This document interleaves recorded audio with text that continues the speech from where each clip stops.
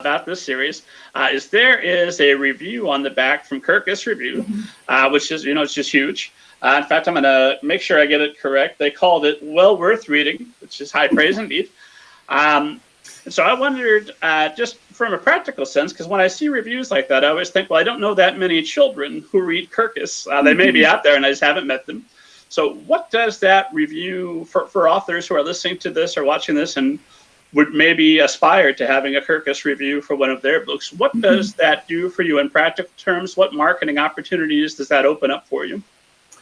Well, what it does for me on an emotional level is kind of a giant sense of relief. Kirkus is extremely picky. And so, yes, as soon as the first review comes in, and in this case, Kirkus was the first review, and they said such glowing things. It was just this wonderful feeling of, whew, okay, it works. But professionally, what I think a review like that does is it gives a really nice little blurb and a little star that you can put on the cover of the book then when it comes out in paperback, or even the hardcover if your printing is fast enough.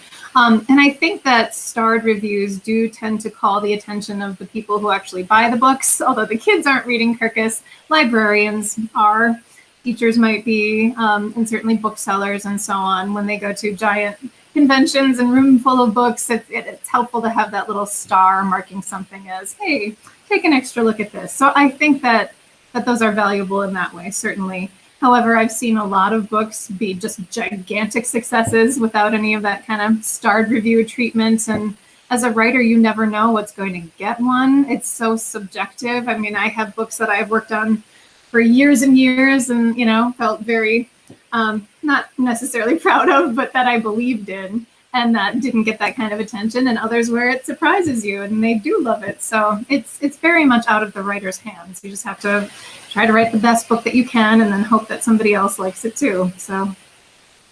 Well, that makes sense. And I suppose that's what we're all having to do. Right.